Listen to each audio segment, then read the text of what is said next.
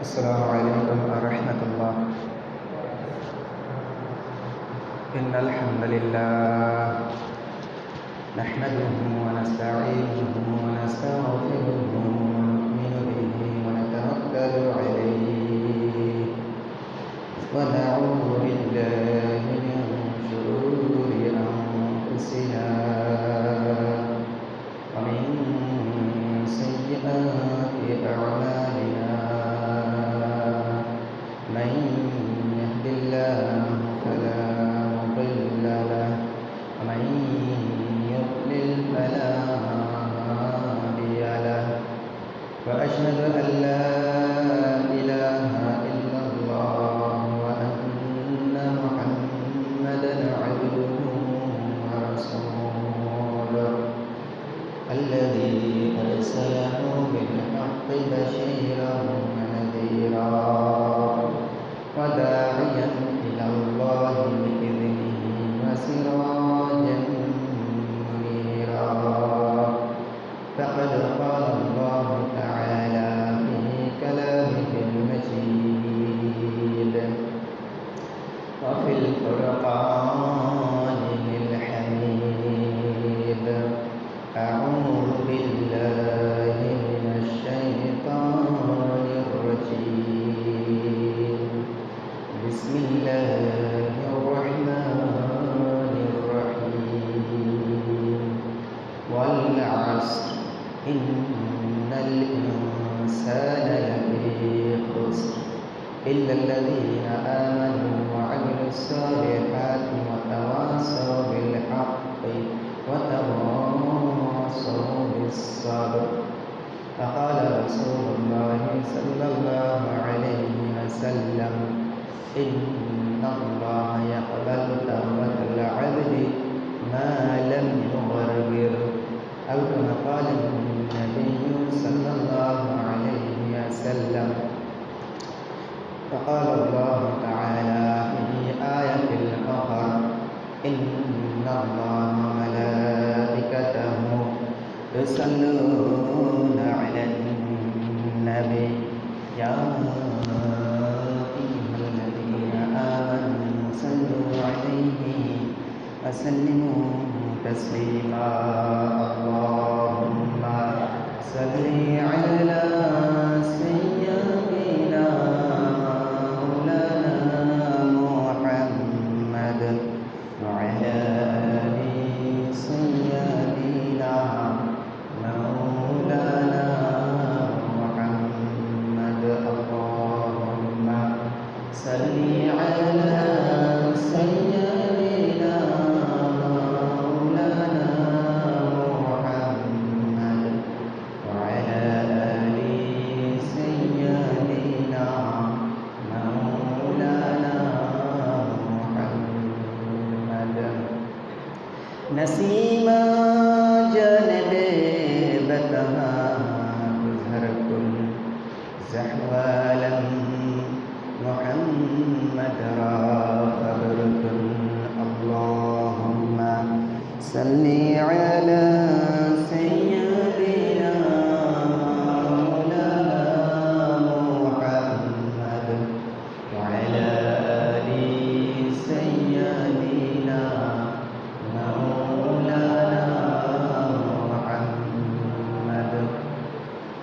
الحمد لله, সমস্ত প্রশংসা আল্লাহ সুবহানাহু ওয়া তাআলা, যিনি আমাদেরকে দুনিয়ার সমস্ত কার্যক্রম থেকে ফারেক করে এই পৃথিবীর সর্বশ্রেষ্ঠ জায়গা মসজিদ এখানে আসার বসার সুযোগ করে দিয়েছেন। এই জন্য আমরা শুকরিয়া আদায় করি আলহামদুলিল্লাহ। এই যে আমরা মসজিদে আসতে পারছি, দুনিয়ার শ্রেষ্ঠ জায়গায় আসতে পেরেছি, এটা আল্লাহ সুবহানাহু ওয়া তাআলার একটা নিয়ামত। আর আল্লাহ সুবহানাহু ওয়া তাআলা বলেছেন: লা ইন শাকারতুম লা আযীদান্নাকুম ওয়া লা ইন কাফারতুম ইন্না আযাবি লাশাদীদ। আমার নিয়ামত পাওয়ার পর যদি বান্দা আমার শুকরিয়া আদায় করে, আমি আমার নিয়ামত অগণিত গুণে বাড়াইয়া দেব। আর যদি বান্দা আমার নিয়ামত পাওয়ার পর আমার না শুকরিয়া আদায় করে নাফরমানি করে, ও বান্দারা তোমরা জেনে রাখো, আমার নিয়ামত পাওয়ার পর আমার শুকরিয়া আদায় না করে যদি নাফরমানি করো তাহলে আমার আযাব ভয়াবহ কঠিন। এজন্য আমরা আল্লাহর শুকরিয়া বেশি বেশি আদায় করব। এই যে নিয়ামতের সুযোগ আল্লাহ দিয়েছেন, এই জন্য আমরা বেশি বেশি শুকরিয়া আদায় করব। যদি আমরা শুকরিয়া আদায় করি, আল্লাহ আমাদের এই নিয়ামত আরও বাড়িয়ে দেবেন। সম্মানিত উপস্থিতি, আজকে আমি আপনাদের সামনে সূরা আসর তেলাওয়াত করেছি। সূরা আসর কোরআন শরীফের মধ্যে অত্যন্ত ছোট্ট একটি সূরা। এই ভিতরে মাত্র 3টা আয়াত আছে। সূরা ছোট্ট হইলেও এর তাৎপর্য, এর গুরুত্ব, এর মহত্ব অনেক অনেক বেশি। আমরা সকলেই হেদায়েতের কামনা করি। আমরা যদি দুনিয়ায় হেদায়েত পেয়ে মৃত্যুবরণ করতে পারি তবেই আমরা সফলকাম হব। আর যে হেদায়েতের বিপরীতে পথভ্রষ্ট হইয়া মৃত্যুবরণ করি তাহলে আমাদের চিরস্থায়ী জাহান্নামের সঙ্গী আমাদের হতে হবে। এজন্য হেদায়েত অত্যন্ত গুরুত্বপূর্ণ কাম্য একটি বিষয়। এই সূরা আসর সম্পর্কে ইমাম শাফিঈ রাহমাতুল্লাহ আলাইহি বলেন, যদি কোনো বান্দা সূরা আসর সম্পর্কে চিন্তা ভাবনা করে, সূরা আসর পড়ে, বোঝার চেষ্টা করে, তাফসীর পড়ে, গবেষণা করে, আল্লাহ সুবহানাহু ওয়া তাআলা তাকে হেদায়েতের মতো দিয়ে আমল তাকে দান করে দেবেন। সুবহানাল্লাহ। এই সূরা আসরে আল্লাহ সুবহানাহু ওয়া তাআলা সর্বপ্রথম কসম করতেছেন ওয়াল আসর, অর্থাৎ সময়ের কসম। আসর শব্দের অর্থ হচ্ছে সময়, কাল, ইতিহাস, ঘটনা, সাক্ষী, অনেকগুলো অর্থ আছে। এই সময়ের কসম আল্লাহ সুবহানাহু ওয়া তাআলা কেন করছেন?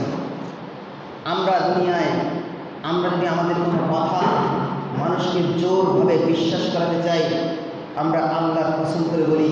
কেন? আল্লাহ সর্বশ্রেষ্ঠ, আল্লাহ মহান, তার বড় কেউ নাই, তার উপরে শ্রেষ্ঠত্ব কেউ নাই।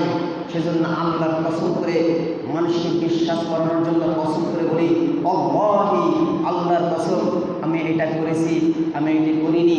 তার মানে আমরা মানুষদেরকে বিশ্বাস করতে চাই কসম করে। কিন্তু আল্লাহ সুবহানাহু ওয়া তাআলা তো সর্বশ্রেষ্ঠ, তিনি সবার বড়, তিনি কসম করেছেন সময়ের। তার মানে হচ্ছে আল্লাহ মহান, সর্বশ্রেষ্ঠ আল্লাহ যেই বিষয়ের কসম করেন সেই বিষয় অত্যন্ত গুরুত্বপূর্ণ এবং দামি বিষয়। যেই বিষয়ে আল্লাহ সুবহানাহু ওয়া তাআলা কসম করেন ওই বিষয়ে আমাদের চিন্তা ভাবনা করা উচিত। আল্লাহ সুবহানাহু ওয়া তাআলা কসম করতেছেন সময়ের, ওয়াল আসর, সময়ের কসম, সময়ের শপথ। ইন্নাল ইনসানা লাফি খুসরি, নিশ্চয়ই সব মানুষ ক্ষতিগ্রস্ত, সবাই ক্ষতির মধ্যে আছে। ইল্লাল্লাযীনা আমানু ওয়া আমিলুস সালিহাতি ওয়া তাওয়াসাউ বিল হাক্কি ওয়া তাওয়াসাউ বিস সাবর, সব মানুষ ক্ষতিগ্রস্ত। আমি সময়ের কসম করে বলি, আমি আল্লাহ সময়ের কসম করে বলি, সব মানুষ ক্ষতিগ্রস্ত, সব মানুষ ক্ষতিগ্রস্ত।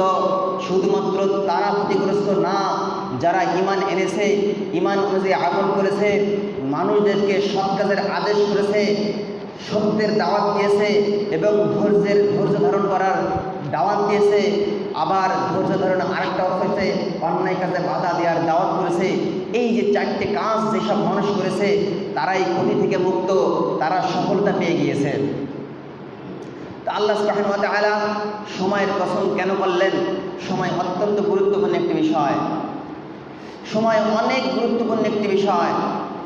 সময়ের যে কত দাম, কত গুরুত্ব, ইমাম ফখরুদ্দিন রাজি রহমতুল্লাহ আলাইহি, ইমাম ফখরুদ্দিন রাজি রহমতুল্লাহ আলাইহি এই সূরা আসরের তাফসীর তিনি বুঝে আসতেছে না। এত একটি ছোট্ট সূরা, এই সূরার গুরুত্ব মহত্ব আল্লাহ সুবহানাহু ওয়া তাআলা সময়ের কসম করে কেন এই সূরাটা শুরু করলেন? সূরা আসরের তাফসীর তার বুঝে আসে না। একদিন তিনি বাজারে গিয়েছেন, বাজারে গিয়ে দেখেন কোন একটা ব্যক্তি চিৎকার করে বলতেছেন, ও ভাইরা, তোমরা আমার পুঁজিকে রক্ষা করো, তোমরা আমার পুঁজিকে রক্ষা করো, আমার পুঁজি গলে যাচ্ছে, আমার পুঁজি শেষ হয়ে যায়। খবর নিয়ে দেখা গেল যেই ব্যক্তি এইভাবে এলান করতেছে, বাজার ঘুরে ঘুরে বলতেছে, ও ভাইরা, আমার পুঁজি শেষ হয়ে যাচ্ছে, আমার পুঁজি গলে যাচ্ছে, আমার পুঁজি গলার আগেই আমার পুঁজিকে তোমরা কিনিয়ে আমার পুঁজিকে রক্ষা করো। তিনি গিয়ে দেখেন কে এই এলানটা করে, যায় দেখেন যে ব্যক্তি এলান করে সে ব্যক্তি হচ্ছে বরফ বিক্রেতা। বরফ বিক্রি করার জন্য সকালে বাজারে আসছিলেন। যখন আস্তে আস্তে রৌদ্র উঠতেছে, রৌদ্রের তাপে তার বরফ গলে গলে যাচ্ছে। যখন বরফ গলে যাবে ওই পানি কেউ টাকা দিয়ে কিনবে না। এই যে তার সময়ের গুরুত্ব, সময়ের সাথে সাথে বরফ গলে যায়, এই জন্য সে চিৎকার করে বলে বলে ভাই আমার পুঁজি গলে যাচ্ছে, আমার পুঁজি করায় করো। সময় যাচ্ছে, বরফ গলে গলে যাচ্ছে। ইমাম ফখরুদ্দিন রাজি রহমতুল্লাহ আলাইহি বলেন, এখান থেকে আমি বরফ গলার বিষয়ে আমার মাথায় ঢুকলো না, আমার মাথায় ঢুকলো সময়ের কসম কেন আল্লাহ সুবহানাহু ওয়া তাআলা করেছেন। আল্লাহ সুবহানাহু ওয়া তাআলা আমাকে দুনিয়ায় পাঠিয়েছেন 60 বছর, 70 বছর, 100 বছর বয়স নিয়ে। এই যে 100 বছর বয়স, 60 বছর বয়স নিয়ে জীবনে আসলাম, এই দুনিয়ায় আসলাম। ওই বরফ যেমন তিল তিল করে গলে গলে শেষ হয়ে যাচ্ছে, প্রত্যেকটা সেকেন্ড আমার জীবন থেকে অতিবাহিত হয়ে যাচ্ছে, প্রত্যেকটা ঘন্টা আমার জীবন থেকে অতিবাহিত হয়ে যাচ্ছে। আমার জীবন, মানুষ বলে আমার জীবন হায়াত বৃদ্ধি পেয়েছে না, আমার বয়স বৃদ্ধি পাচ্ছে না। প্রত্যেকটা ঘন্টা আমার জীবন থেকে চলে যাচ্ছে, আমার প্রত্যেকটা মিনিট আমার সময় থেকে আমার জীবন থেকে গলে গলে শেষ হয়ে যাচ্ছে। আমি যদি দুনিয়ায় 60 বছর জিন্দেগি নিয়ে আসি, আমার জীবন থেকে 30টা বছর বলে শেষ হয়ে গেছে, আর মাত্র 30 বছর আছে। যদি আমার জীবন থেকে 40 বছর শেষ হয়ে গিয়ে থাকে, 40 বছর বলে শেষ হয়ে গেছে, ওই 40 বছর হাজার চেষ্টা করলেও ফিরিয়ে আনতে পারবো না। এই যে বরফ যেরকম গলে যাচ্ছে, আমার জীবন সেভাবে গলে গলে শেষ হয়ে যাচ্ছে। এই জন্য আল্লাহ সুবহানাহু ওয়া তাআলা বলেন, ওয়াল আসর, ও বান্দারা আমি আল্লাহ সময়ের কসম করে তোমাদেরকে বলি, তোমার জীবন নামক বরফ যদি গলে যায়, আর এই জীবন গলে যাওয়ার আগে, জীবন শেষ হওয়ার আগে যদি তুমি ইমানদার হইতে না পারো, জীবন শেষ হওয়ার আগে যদি তুমি নেক আমল না করো, জীবন শেষ হওয়ার আগে যদি মানুষদেরকে সৎ কাজের উপদেশ না দাও, জীবন শেষ হওয়ার আগে যদি তুমি মানুষদেরকে অন্যায় কাজে বাধা প্রদান না করো, জীবন গলে গলে যেদিন শেষ হয়ে যাবে, যেদিন আজরাইল আলাইহিস সালাম তোমার সামনে উপনীত হয়ে যাবে, সেই দিন তোমার আর কোনো ঈমান কাজে আসবে না। সেদিন যদি ঈমান আমল করো, যতই নেক আমল করার চেষ্টা করো না কেন, যতই মানুষদেরকে সৎ কাজের উপদেশ দাও না কেন, যতই মানুষদেরকে অসৎ কাজ থেকে বাধা দেওয়ার তামান্না তোমার থাকে, যখন আজরাইল আলাইহিস সালাম তোমার জান কবজের সময় এসে যাবে, তোমার আর কোনো উপায় থাকবে না। আল্লাহ সুবহানাহু ওয়া তাআলা এই জিনিসটা আমাদেরকে বলছেন, ওয়াল আসর, সময়ের কি গুরুত্ব। যদি আপনি মানুষ বিদেশে যান, পরীক্ষার খাতায় লেখে না কি সময়ের গুরুত্ব। আমি এই রোজার মধ্যে প্রায় 3-4 বার আমি আমার শ্বশুর বাড়ি গিয়েছিলাম। আমার একটি সন্তান হয়েছে, আপনারা সবাই দোয়া করবেন। এই ছেলে হওয়ার ওসিলায় আমি শ্বশুর বাড়ি বেশি বেশি গিয়েছি। প্রায় আমি চেষ্টা করেছি আগে আগে যাব, বা কিন্তু পরবর্তীতে আমি মাগরিবের সময় আমি যদি না থাকি দোয়া করবে কে, মানে এই নানান অজুহাত সামনে রেখে আমি চেষ্টা করেছি ইফতার শেষ করার পরে আমি যাব। তো এই সময় যখন আমি ইফতার শেষ করে যাই, তখন যখন আমি ঘাটে যাই, যাওয়ার দেখা 2-1 মিনিট আগে নৌকা ছেড়ে চলে গেছে। তখন আপনি হায় হায় হায়, আর 2 মিনিট আগে যদি 1 মিনিট আগে যদি আমি আসতাম, তাহলে নৌকাটা পেয়ে যাইতাম। এই 1 মিনিট আগে যাইতে পারিনি বলে 1 ঘন্টা আমার জীবন থেকে লস হয়ে গেল। লস শুধুমাত্র 1 মিনিট, লস শুধুমাত্র ওই 2 মিনিট। ওই 1 মিনিট 2 মিনিট আগে যে আমি পৌঁছতে পারিনি, ওই 1 মিনিট 2 মিনিটের জন্যে আমার ঘন্টাকে ঘন্টা আমার ঘাটে বসে থাকা লাগতেছে। আমি যতই ইমাম সাহেব হই না কেন, ওই নৌকাকে আমার জন্য ফেরত আসবে। 2 দিন আগে একজন এসএসসি পরীক্ষার্থী আমাকে বলতেছেন, হুজুর আমি যদি আর 1 মিনিট সময় পাইতাম, 1 মিনিট সময় যদি পাইতাম, 100 মার্কের অ্যান্সার আমি শেষ করতে পারতাম, কিন্তু মাত্র 1টা মিনিট সময়ও এক্সামিনার আমাকে দেয় নাই। ওই যে 1 মিনিটই যে কী গুরুত্ব, তখন আমি হাড়ে হাড়ে টের পেয়েছি কী গুরুত্ব 1টা মিনিটের, কী গুরুত্ব। কি গুরুত্ব! একটা মিনিট যদি সময় পাইতাম, একটা প্রশ্ন উত্তর লিখতে পারতাম, অন্তত 2 মার্ক পাইতাম। আমি যদি 25 পাই, 25-এর জন্য ওই 1 মিনিটে যদি 2 মার্ক আমি পেয়ে যেতাম, হয়তো এক্সামিনার দয়া করে আমাকে পাস করাই যেত। কিন্তু 2 মার্ক যে শর্ট হয়ে গেল, আর আমাকে পাস করাবে না। তাহলে সময়ের গুরুত্ব কি গুরুত্ব! এই জন্য প্রত্যেকটা সময় আমাদের কাজে লাগাইতে হবে। প্রত্যেকটা সময়, প্রত্যেকটা সেকেন্ড, প্রত্যেকটা ঘন্টা, প্রত্যেকটা মিনিট আমাদের কাজে লাগাইতে হবে। এই সময় যাওয়ার আগেই আমাকে ঈমান আনতে হবে। এই সময় যাওয়ার আগেই আমাকে ইসলাহ হইতে হবে, পরিবর্তন হইতে হবে। কেন পরিবর্তন হতে হবে? ফিরাউনের নাম শুনছেন না? ফিরাউনকে মুসা আলাইহিস সালাম অনেকবার দাওয়াত দিয়েছে, ও ফিরাউন, আল্লাহর রাস্তায় ফিরে আসো, আল্লাহর দিনের দাওয়াত কবুল করো, আল্লাহকে আল্লাহ বলে মেনে নাও। ফিরাউন সারা জীবন আল্লাহকে আল্লাহ বলে মানে নাই। যখন সময় অতিক্রান্ত হয়ে গেছে, সাগরে হাবুডুবু খাচ্ছে, যখন নিশ্চিত ধারণা হয়ে গেছে এখন আমার আর কোনো বাঁচার উপায় নাই, তখন সে সাথে সাথে বলে, আল্লাহ আমি এখন মুসা নবীর আল্লাহর উপরে ঈমান আনলাম। তখন জিবরাইল আলাইহিস সালাম বলে, ও ফিরাউন, সময় থাকতে সময়ের কদর বুঝলি না, সময় থাকতে ঈমান আনলি না। এমন মরণের সময় যখন তুমি নিশ্চিত জেনে গেছো আমার মরণ, এখন তোমার ঈমান আল্লাহর কাছে গ্রহণযোগ্য হবে না। আল্লাহ রাসূল সাল্লাল্লাহু আলাইহি ওয়াসাল্লাম এই বিষয়ের উপর ইঙ্গিত করে বলেন, ইন্নাল্লাহা ইয়াকবালু তাওবাতাল আবদি মা লাম ইউগারগির।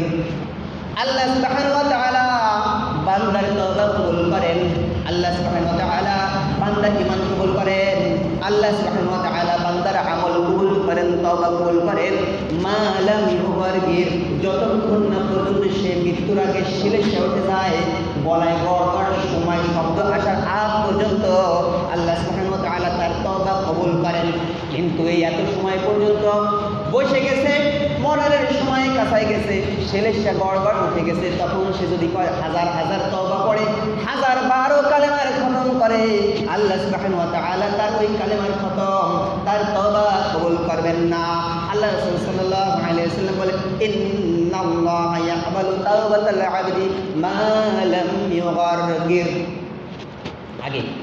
আগে মানুষ মৃত্যুবরণ করার আগে বিছানায় অনেক দিন থাকতো না, ফিরাই মানুষ মরার আগে হয়তো 1 মাস 2 মাস বা 1 সপ্তাহ বিছানায় থাকতো। তো বিছানায় থাকতো, এরপরে শিলেশা পড়তো। আমি দেখছি আমার নানা, তিনি এরকম মনে হয় মাসখানেক বিছানায় ছিল, থাকার পরে যখন মৃত্যু আসবে তার মনে হয় ঘন্টাখানেক আগে মনে হয় শিলেশা আসছে, যে গড় করে ওই শিলেশা রোগ আসছে। তা ওই যে শিলেশা আসার আগে যদি সে তওবা করে, আল্লাহ তার তওবা কবুল করবেন। কিন্তু যখন শিলেশা আসা শুরু হয়ে যাবে, 1 মিনিট পরে শিলেশা হওয়ার সাথে সাথে শিলেশা হওয়ার আগে 1 মিনিট আগে যদি সে তওবা করে, সেই তওবা আল্লাহ কবুল করবেন। যখন শিলেশা উঠে যাবে তখন আর তওবা কবুল হবে না আল্লাহর কাছে। মানুষ বিছানায় পড়ে গেলে, মৃত্যুর শয্যায় পড়ে গেলে মানুষ সতর্ক হয়ে যায়, তওবা করে, মানুষ তার কাছে আসে, কালেমা পাঠ করায়। এই যে একটা সুযোগ ছিল, কিন্তু বর্তমান জামানাতে সেই সুযোগটা নাই, আছে নাকি? আগে মানুষ বিছানায় থাকতে পড়ি, মানুষ তাকে দেখতে আসতো, তার কাছে ক্ষমা চাইতো, মানুষ তার কাছে ক্ষমা চাইতো, বিভিন্ন ধরনের দেনা পাওনা থাকলে বলে যেত, ভাই আমার কাছে অমুক এত টাকা পায়, অমুকের কাছে এত টাকা পাই, অমুকের কাছে আমার একটু দ্বন্দ্ব ছিল, অমুকের সাথে আমার কাছে আইনে দাও, তার কাছে একটু ক্ষমা চাই, এরকম মানুষ বলে না? কিন্তু এখন কি সেই সুযোগটা আছে? অধিকাংশ সময় মানুষ পড়তে মরে গেছে, সেই সময়টাও পাওয়া যায় না। তাহলে আমরা কিছু মানুষ বলি, ভাই মানুষদেরকে যখন দাওয়াত দেন, ও ভাই তুমি এখন থেকে নামাজ পড়ো, তুমি ভালো কাজে আসো, মানুষ নামাজ পড়ো, পরিবার পরিজনকে ভালো কাজে সাহায্য করো, তখন বলে ভাই আমার এখন কাপড় পাক নাই, কালকে থেকে পড়বো। কোনো গ্যারান্টি আছে কালকে আপনি বেঁচে থাকবেন? কোনো গ্যারান্টি আছে? কোনো গ্যারান্টি নাই। এখন আমি কথা বলতেছি, আপনারা বসে আছেন, নামাজ শেষ হওয়ার পরে সিঁড়ি পড়ে মরে যাবেন না, এর কোনো গ্যারান্টি আছে? মরার আগেই আমাকে ভালো হইতে হবে, মরার আগেই, সেই সময়ে যাওয়ার আগেই, সময়ের গুরুত্ব বুঝে সময় যাওয়ার আগেই আমাদের ঈমান আনতে হবে। এই কথাই আল্লাহ সুবহানাহু ওয়া তাআলা আমাদেরকে সতর্ক করে বলতেছেন, ও বান্দারা, সময় অত্যন্ত গুরুত্বপূর্ণ। সময় চলে গেলে সময় আর ফেরত পাবে না। গড় শুরু হয়ে গেলে তোমার তওবা কবুল করা হবে না। সময় যাওয়ার আগেই এখনই তোমরা তওবা করো, এখনই ঈমান মানুষদের সৎ কাজের আদেশ দাও, মানুষদেরকে অসৎ কাজ থেকে বিরত রাখো। কিন্তু কি কি কাজ? আল্লাহ সুবহানাহু ওয়া তাআলা 4টে কাজ দিয়েছেন। 4টে কাজ। কয়টা কাজ দিয়েছেন? তাহলে আমাদের 4টে কাজ করতে হবে সময় যাওয়ার আগেই। সময় যাওয়ার আগেই 4টে কাজ করতে হবে। আল্লাহ বলতেছেন সময় যাওয়ার সাবধান সাবধান, সময় চলে যাওয়ার আগেই এখনই তোমরা তাওবা করো। কি কাজ করতে হবে? সময় চলে যাওয়ার আগে কি কাজ করতে হবে? 1 নম্বর কাজ করতে হবে ইন্নাল ইনসানা লাফি খুসর, সব মানুষ ক্ষতিগ্রস্ত, ইল্লাল্লাযীনা আমানু, শুধুমাত্র ইল্লাল্লাযীনা আমানু ওয়া আমিলুস সালিহাত ওয়া তাওয়াসাউ বিল হাক্কি ওয়া তাওয়াসাউ বিস সাবর। 4টে কাজ করতে হবে সময় যাওয়ার আগে, মৃত্যু আসার আগে 4টে কাজ করতে হবে। 1 নম্বরে ঈমান আনতে হবে। ঈমান, আমাকে পাক্কা ঈমানদার হইতে হবে। ঈমান আনার পরে আমাকে নেক আমল করতে হবে। ঈমান আনতে হবে, ঈমান আনার পরে আমাকে নেক আমল করতে হবে, সৎ কাজ করতে হবে। আমি ঈমান আনলাম, সৎ কাজ করলাম, কিন্তু ওয়াতাওয়াসাউ বিল হাক্কি, হকের দাওয়াত মানুষদেরকে দিলাম না। ওয়াতাওয়াসাউ বিস সাবরি, সবরের উপদেশ মানুষদেরকে দিলাম না, তাও কিন্তু হবে না। 4টে কাজ সমান তালে করতে হবে। 1টি কাজ হচ্ছে নিজের ঈমান আনতে হবে, ওই ঈমান যে আমল করতে হবে। 3 নম্বর কাজ হচ্ছে মানুষদেরকে হকের দাওয়াত দিতে হবে, ভালো কাজের দাওয়াত দিতে হবে। বলতে হবে ভাই, ও ভাই তুমি কেন নামাজ পড়তেছ না? নামাজ না পড়লে জাহান্নামে যাইতে হবে, নামাজ না পড়লে এই ভয়ঙ্কর আযাব, নামাজ না পড়লে এই যত ধরনের কথা আছে, মানুষদেরকে সৎভাবে ভালোভাবে বুঝাইতে হবে, ভালোভাবে বুঝাইতে হবে। ও ভাই নামাজ পড়ো, নামাজ পড়ো। নিজের পরিবার নামাজ না পড়লে নিজের পরিবারকে নামাজের উদ্বুদ্ধ করতে হবে। নিজের পরিবার যদি ঈমান বিষয়ে অবহেলা থাকে, আমলের বিষয়ে অবহেলা থাকে, তাদেরকে বুঝাইতে হবে ভাই, ও সন্তান, ও স্ত্রী, ও পিতা, ও মাতা, সময় চলে গেলে আর ফিরে আসবে না, সময় চলে গেলে আর ফিরে পাবা না। বিছানায় পড়ে গেলে, গড়াগড়ি হয়ে গেলে তোমার নামাজ আল্লাহ করে কবুল হবে না। বিছানায় পড়ে গেলে, মৃত্যু নিশ্চিত ধারণা এসে গেলে, তখন আর তোমার কোনো নেক আমল তোমার কাজে আসবে না। ও ভাই কখন মরে যাবা এর কোনো গ্যারান্টি নাই। এখন পড়ে গেলি এখন মরে যাবা, এখন স্টার্ট করলি এখনই মরে যাবা। ও ভাই এখনই শেষ, এখনই সময় শেষ। সময় কেউ জানে না কয় মিনিট বাঁচবো, 1 মিনিট বাঁচবো নাকি 2 মিনিট বাঁচবো, 1 ঘন্টা বাঁচবো না 2 ঘন্টা বাঁচবো, কোনো নিশ্চয়তা নাই। ও ভাই এখনই নামাজ পড়ো, এখনই নামাজ পড়ো। সন্তানদেরকে তাকলিদ দিতে হবে, ও সন্তান কত সময় বাঁচবা, তুমি আগে মরবা নাকি আমি আগে মরবো, মরে গেলে কে বলবে? এখনই তুমি নামাজ পড়ো। বিবিকে বলতে হবে, ও বিবি আমি মরে গেলে তোমাকে কে বলবে? তুমি মরে গেলে তুমি কিভাবে জান্নাতে যাবা? এখনই সময় নাই, সময় নাই। এখনই নামাজ পড়ো, এখনই ঈমান আনো, এখনই হকের পথে থাকো, এখনই গুনাহ থেকে বেঁচে থাকো। এই ধরনের উপদেশ আমাদেরকে দিতে হবে, সকলকেই দিতে হবে। আমার অধীনস্থ যারা আছে তাদেরকেও দিতে হবে, আমার খায়ের খা ভাই ব্রাদার যাদেরকে আমরা ভালোবাসি তাদেরকেও দিতে হবে।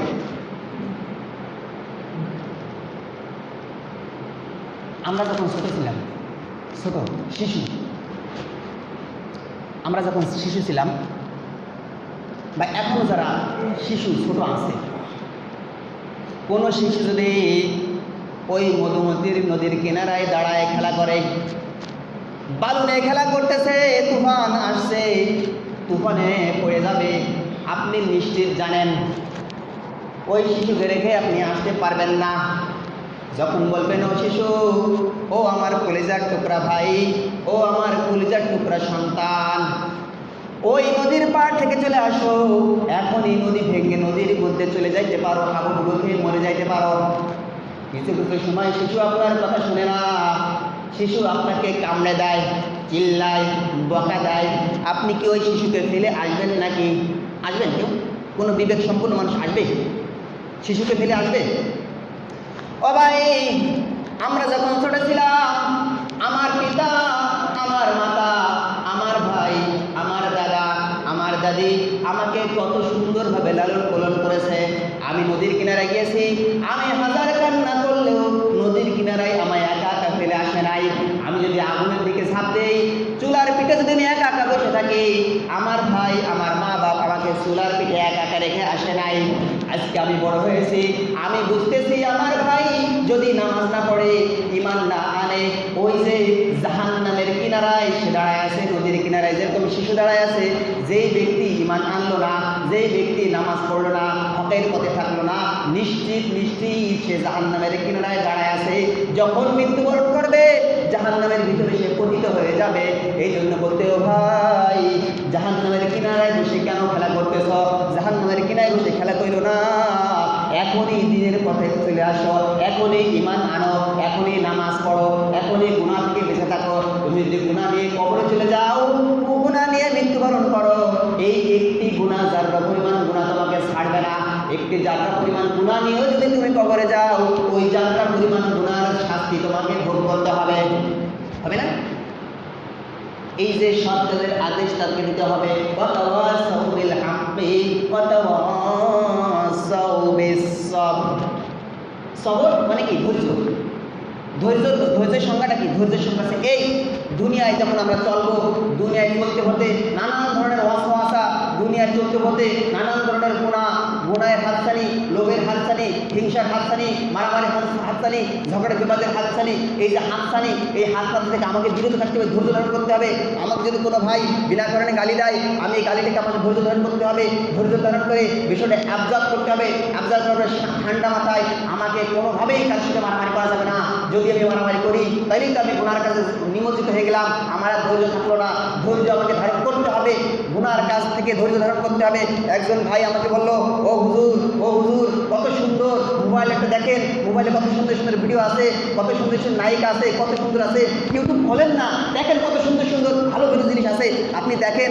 আমাকে যদি ওইটা ধৈর্য ধারণ করে না থাকতে পারি, আমি ধৈর্যের সাথে গুনার থেকে বিমুখ থাকতে না পারি, ধৈর্য যদি আমি এখানে ধৈর্য যদি আমাকে পরাজিত করে গুনার থেকে আমাকে ধাবিত করে, তাহলে ওই ধৈর্য ধারণ না করে যদি গুনার থেকে বাঁচতে না পারি, তাহলে আমি ক্ষতিগ্রস্ত অন্তর্ভুক্ত হয়ে যাব, ক্ষতিগ্রস্ত অন্তর্ভুক্ত হয়ে যাব।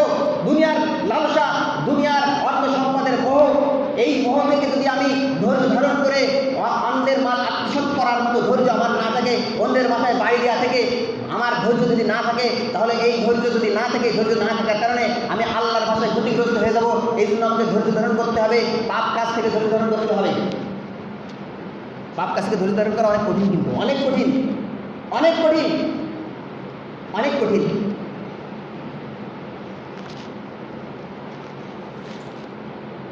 আমি তো হুজুর, আমার পরিবার হুজুর, আমি যে বিয়ে করেছি তারাও হুজুর, সব হুজুরে হুজুরে হুজুর। এই হুজুরকে ভিতরে যদি কুসংস্কার থাকে, এই বোঝানো অনেক কঠিন বিষয়। হুজুরদের ভিতরে যদি কুসংস্কার থাকে, বোঝানো অনেক কঠিন বিষয়। আমার স্ত্রী কালকে বলতেছে, আপনি একদম দিনে বেলায় চলে আসবেন। কেন? রাত করা যাবে না। রাত করলে কী হবে? রাত করলে সমস্যা হতে পারে। আমি কেন রাত করলে সমস্যা হবে কিছু জানি? কয় যে ভূত পেট ফেতনি মেতনি আওয়াজ যদি আপনার সাথে চলে আসে, বুঝছেন? পরে আমি গেলাম, যাওয়ার পরে আমার শ্বশুর বসা, আমার শাশুড়ি বসা, আমার স্ত্রী বসা, তিনজনে বললাম, আচ্ছা এই যে আমার এখানে বারবার আপনারা ফোর্স করেন দিনে দিনে আসতে হবে, দিনে দিনে আসতে হবে, কারণ নাকি কম? কয় কি যে যদি রাতি বেলে আসো তাহলে হয়তো ওই যে ভূত টুত আমি যাবে, সাড়ে সাতটায় বদ জিন টিন আসতে পারে। আমি বললাম কি যে আবার আর একদিন কয়েকদিন আগে ওই নাম জানি কি চট্টগ্রামটা মাহফিল আছে, আলিফ বিন হাবিব সাহেব দাম আপনার কথা আলিয়া, ওনার মাহফিলে গেছে, রাত 12:30 হয়ে গেছে। ঘরে ঢুকতেছি, এখন আমার মানে সুমন্দি আমার ধাক্কায় ঘরে ঢুকতেই যাবে না। বলে কি না না তো ঘরে ঢুকবে না, ঘরে ঢুকে যাবে না। আমি কেন ভাই খেয়েছি? হয় আগে সুন্দর ঢুকে যাও, স্যাট নিয়ে ঘরে ঢুকতে হবে। পরে ভাই কেন স্যাট নিতে হবে কিছু জানি? হয়তো হয় স্যাট না আনে ঘরে ঢোকা যাবে না, এমন আঙুল যায় না তোমার সাহালের, স্যাট না আনে ঘরে ঢুকবা না, সাহালে অসহসা দিতে পারে। আমি কে ভাই এই পুরান হাদিসে কোথাও তো পালাম না, স্যাট নিয়ে ঢুকতে হবে, স্যাট নিয়ে যে ঢুকতে হবে পুরান হাদিসে কোথাও পালাম না। এ কয়লে হয়েছে ভাই, অত কথা শোনার কোনো টাইম নেই, আগে সময় ভিটে যাতে হবে, স্যাট নিয়ে তাহলে ঘরে ঢুকতে হবে। তাহলে কী বাবার দেখায় নিয়েই চলে গেছে। নিয়ে যাওয়ার পরে আমি কি আর আসছি, পরে গেছি ভাই আমি মসজিদে একা থাকি, অনেক মনে বলে হুজুর আপনি একা খাই দিয়ে দিন। আমি তো জানি যে ঘরের ভিতরে ঢুকলে যদি কেউ সালাম দিয়ে ঢোকে, বদিন ঘরে মধ্যে ঢুকতে পারে না, হাদিসে পাইছি আমি। সালাম দিয়ে ঢুকতে হবে, আসসালামু আলাইকুম ওয়া রাহমাতুল্লাহি ওয়া বারাকাতুহু, সালাম দিয়ে ঢুকবেন, কোনো বদিন আপনার সাথে ঢুকতে পারবে না। ঘরে ঢোকার দোয়া করবেন, আল্লাহুম্মা ইন্নী আসআলুকা খায়রাল মাউলিদি ওয়া খায়রাল মাখরাজি, বিসমিল্লাহি ওয়ালাদনা ওয়া বিসমিল্লাহি খারাজনা ওয়া আলাল্লাহি রাব্বিনা তাওয়াক্কালনা। আমি তো আল্লাহর রাসূলের সুন্নাত আমি শিখেছি, আল্লাহর রাসূলের সুন্নাতের যে হাদিস আমি বিশ্বাস করি,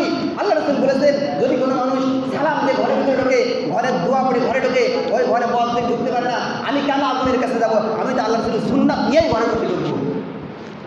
এত বোঝানোর পরও শাওরি বুঝতে না আসছে বাকি আগের থেকে ওই আইসে আগুনের কাছে না গেলে হবে না, আমি আগুনের কাছে যাবো না, আমি আল্লাহ সুন্নাত নিয়ে ঘরটা ঢুকে এই দেহের কোন জায়গাতে আসে। ওকে ঠিক আছে, তুমি তোমার মধ্যেই চলো। সুন্নাতের গুরুত্ব অত্যন্ত বেশি প্রত্যেকটা।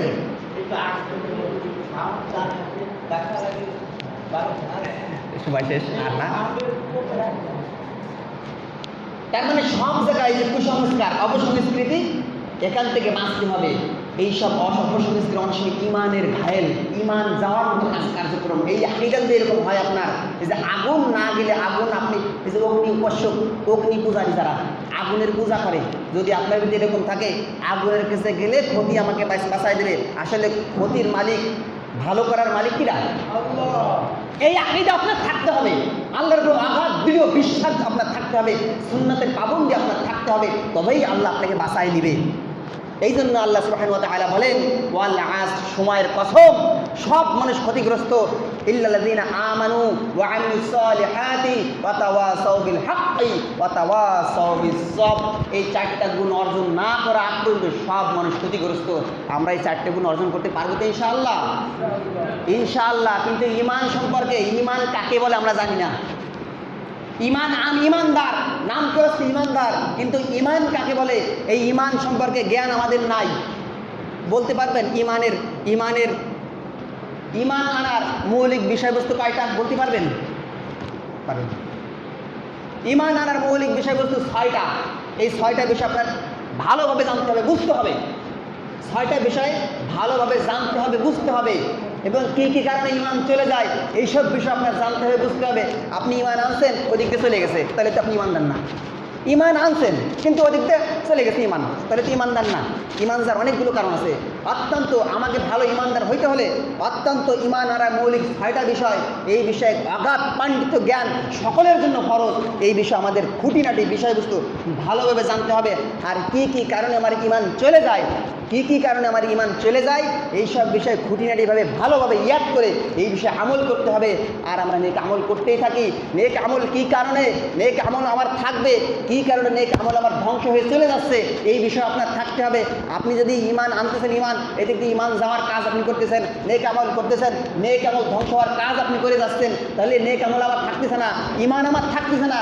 ওই ঈমান আনলাম, ঈমান গেলে চলে, নেক আমল করলাম, নেক আমল ধ্বংস হয়ে গেল। তাহলে এইরকম ঈমান আইনে আর এইরকম নেক আমল করে কবরের মধ্যে যদি যাই, ধ্বংসপ্রাপ্তির অন্তর্ভুক্ত হয়ে যাব না? এই জন্য সকলের প্রতি আমার আবেদন থাকবে, এই যে ক্ষতিগ্রস্তের অন্তর্ভুক্ত হওয়া থেকে বাঁচতে হলে এই ঈমান আনতে হবে, ঈমান বিষয়ে জ্ঞান অর্জন করতে হবে। কী কারণে ঈমান আসে সেই কারণগুলো জানতে হবে, কী কারণে ঈমান চলে যায় সেই কারণগুলো জানতে হবে, কি কি কাজ ভালো কাজ কোরআন হাদিস সম্মতভাবে সেই ভালো কাজগুলো আমার জানতে হবে। আর কি কি কাজ করলে আমি নামাজ পড়তেছি, আমার আমলনামায় নামাজের কোনো সব থাকতেছে না, কি কি কাজ করলে আমার এই আমলনামা ধ্বংস হয়ে যায়, সেই সব বিষয় আমাদের জ্ঞান অর্জন করতে হবে। আর কিভাবে মানুষদেরকে সৎ কাজের দাওয়াত দিতে হবে, দাওয়াতের কৌশল আমার জানতে হবে। আর মানুষদেরকে অন্যায় কাজের বাধা প্রদানের কৌশল আমার জানতে হবে। কিন্তু অনেক সময় দুঃখজনকভাবে হলেও সত্য, মানুষদেরকে অসৎ কাজের বাধা প্রদান করতে গেলে মারামারি বাধায় ফেলে যায়। যা মানুষদেরকে এই যে বাধা প্রদান করতে হবে, এর তো আল্লাহ রসুলের সুন্নাত আছে, আল্লাহ রসুল সুন্নাত না মানতে যে সমাজে ফেতনা ফাসাদ মারামারি আমরা বাধাই দিই। এই জন্য 4টে বিষয় খালি ওই যে সূরা পড়ে থুয়ে দিলে কাজ হবে না। এই 4টে বিষয় আঘাত পাণ্ডিত্য অর্জন করে ভালো করে বুঝে এই ভালো করে বুঝে যদি আমল করতে পারি, তবেই আমরা সফলতা হয়ে যাবো। আর যদি না পারি, যদি গাফেল হয়ে যাই, তাহলে ক্ষতিগ্রস্ত, নিশ্চিত ক্ষতিগ্রস্ত। যতই নামাজ পড়ি, যতই ইমানদার করি, যতই সৎ কাজের আদেশ দিই, যতই সৎ কাজের নিষেধ বাধা প্রদান যতই আমরা করি, যদি প্রক্রিয়া সুন্নাত অনুযায়ী না করি, তাহলে আমরা নিশ্চিত ক্ষতিগ্রস্ত। আল্লাহ সুবহানাহু ওয়া তাআলা আমাদেরকে এই 4টে বিষয়ে অগাধ পাণ্ডিত্য অর্জন করার তৌফিক দান করুক। আর আমাদেরকে এই 4টে বিষয় হেফাজত করে ভালোভাবে জ্ঞান অর্জন করে বুঝে শুনে আমল করার তৌফিক দান করুক। কথা বলবেন?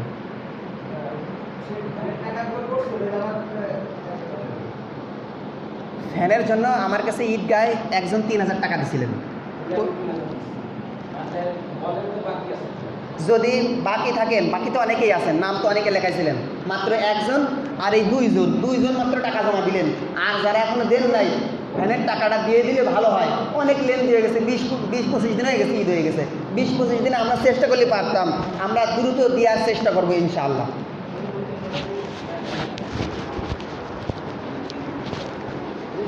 আর মাই ওগুলো ফোনটা খবর দিতে আগে আছে মোবাইল নাম্বার আসলে আগে গেলে হ্যাঁ না না না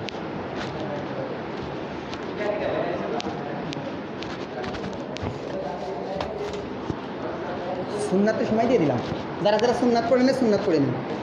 নামাজের পরে